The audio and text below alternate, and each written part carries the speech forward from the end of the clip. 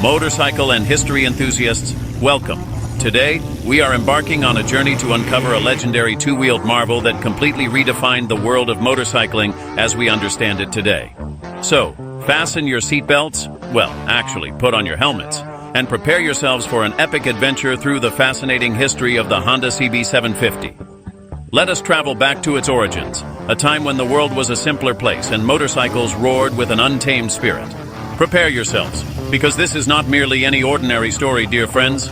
This is the incredible narrative of how a Japanese motorcycle left an indelible mark on both American and British territories and boldly proclaimed, "Here I stand."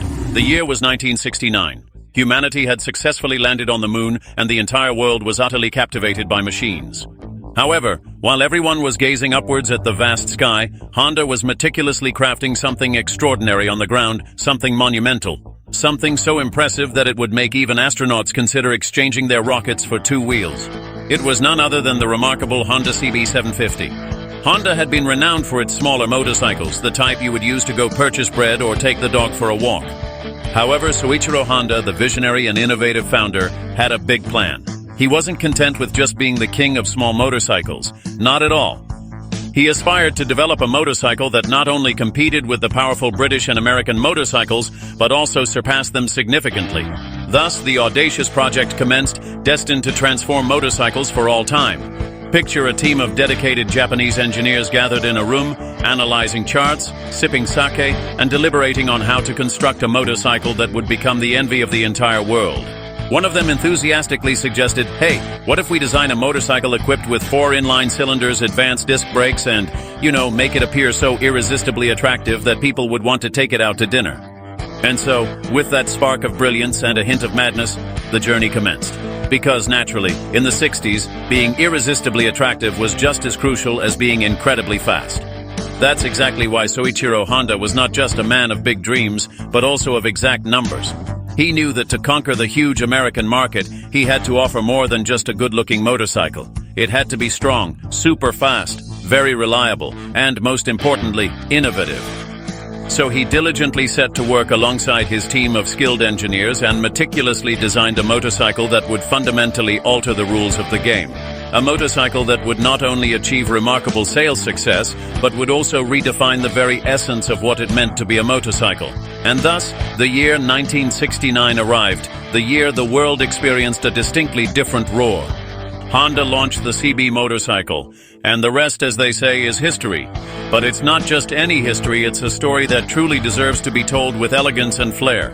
The CB750 was truly an absolute masterstroke. It was equipped with a 736cc inline-four cylinder engine that was capable of achieving an impressive 67 horsepower, with a maximum speed reaching up to 200 kilometers per hour. Yes, you heard that correctly, 200 kilometers per hour. In the year 1969, it truly felt as though Honda had uncovered the secret formula for speed and added a touch of sushi to it. Nevertheless, the genuine surprise was the incorporation of the front disc brake.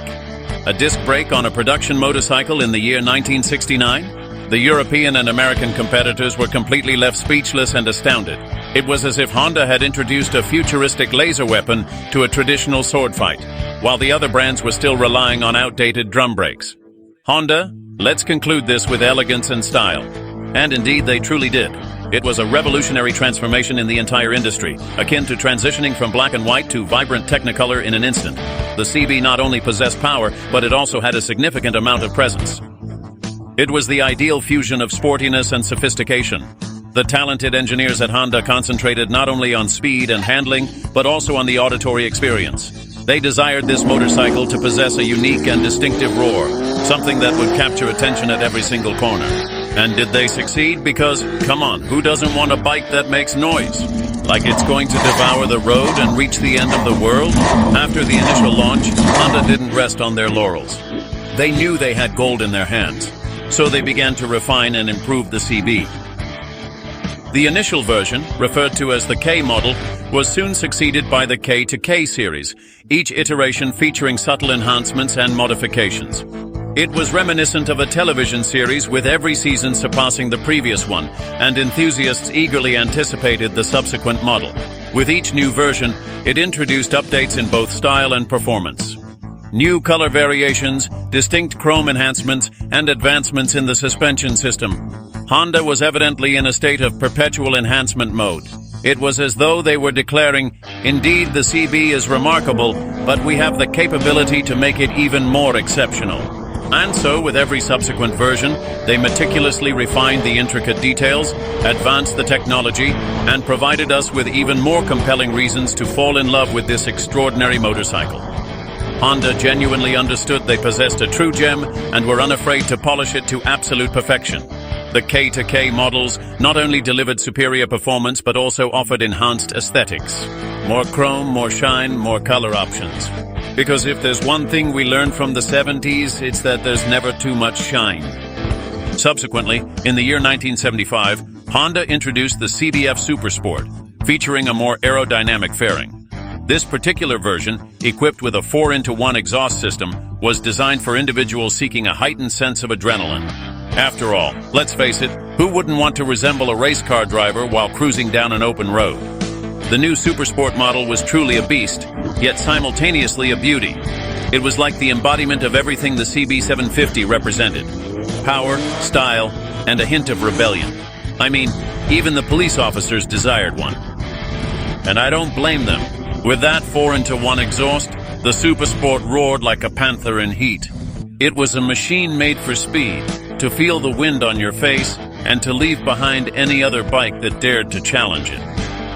As the 1970s transitioned into the 1980s, Honda persistently expanded the CB motorcycle line. Versions such as the CBC Custom and the CBK emerged onto the scene. These motorcycles were significantly more than just mere vehicles. They represented daring fashion statements. Because, you understand, the 1980s were entirely centered around style and fashion. The CBC possessed a more chopper-like appearance, absolutely perfect for individuals who desired to feel as though they were starring in an action-packed movie. Meanwhile, the CBK adhered to the long-standing tradition of sports motorcycles. They were akin to two facets of the identical coin. One catered to individuals who craved style, while the other appealed to those who sought speed.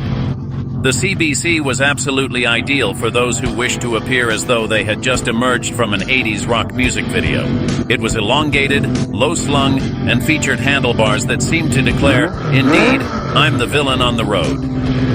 Meanwhile, the CBK persisted as the reliable workhorse, the motorcycle capable of accomplishing a wide range of tasks, from making a trip to the supermarket to navigating a winding mountain road.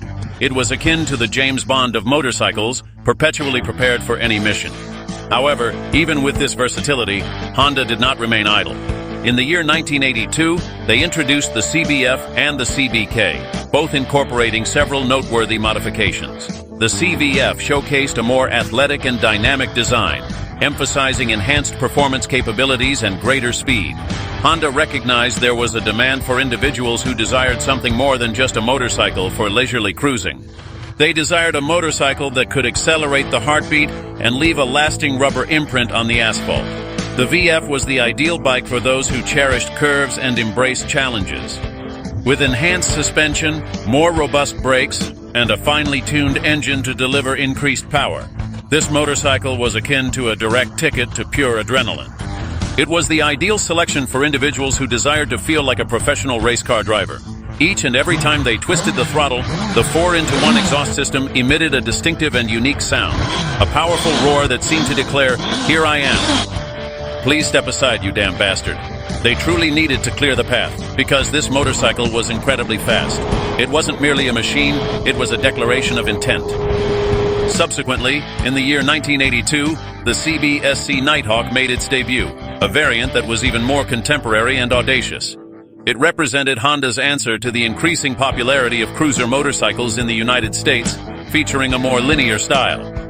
With its sleek and aerodynamic design, the Nighthawk appeared poised to soar down the highway under the midnight sky. This particular Nighthawk model was a motorcycle designed for individuals who desired to blend a touch of elegance with their need for speed. It wasn't quite as aggressive as the CBF, yet it possessed its own unique charm. With its distinctive square headlight and comfortable riding position, it was ideally suited for nighttime rides throughout the city, when you simply wanted to experience the wind on your face and the powerful roar of the engine beneath your feet. It was as if Honda said, "Hey, Let's make a bike for those who want to go fast but also want to arrive at the party in style. And boy, did they succeed. The Nighthawk was the coolest thing on two wheels at that time. Everyone desired one. After a few years of hiatus, Honda determined it was the right moment to reintroduce the CB, but this time infused with a sense of nostalgia. In the year 1991, they unveiled the CB Nighthawk, a contemporary reinterpretation of the timeless classic. Honda understood there existed a market of motorcyclists who yearned for the splendors of the past combined with the conveniences of the present. The Nighthawk of the 1990s preserved the essence of the original CBs, yet with modernized technology and design. It was lighter in weight, more agile, and naturally more dependable. Because naturally, in the 1990s, nobody wished to find themselves stranded on the road. Well, unless you happen to be Kurt Cobain, but that's an entirely different story.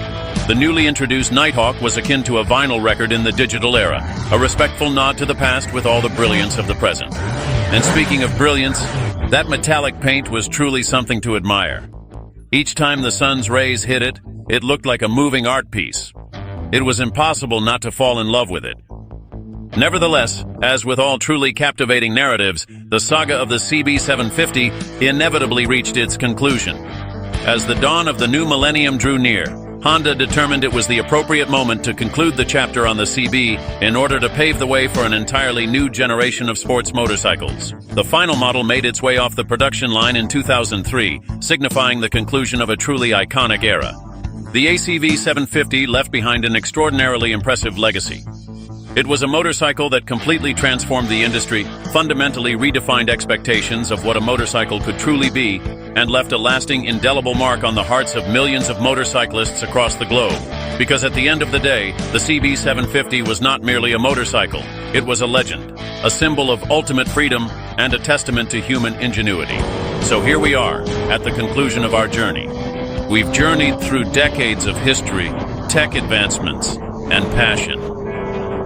Though the CB isn't in production now, its spirit lives on in every Honda bike today. A true legend never really dies.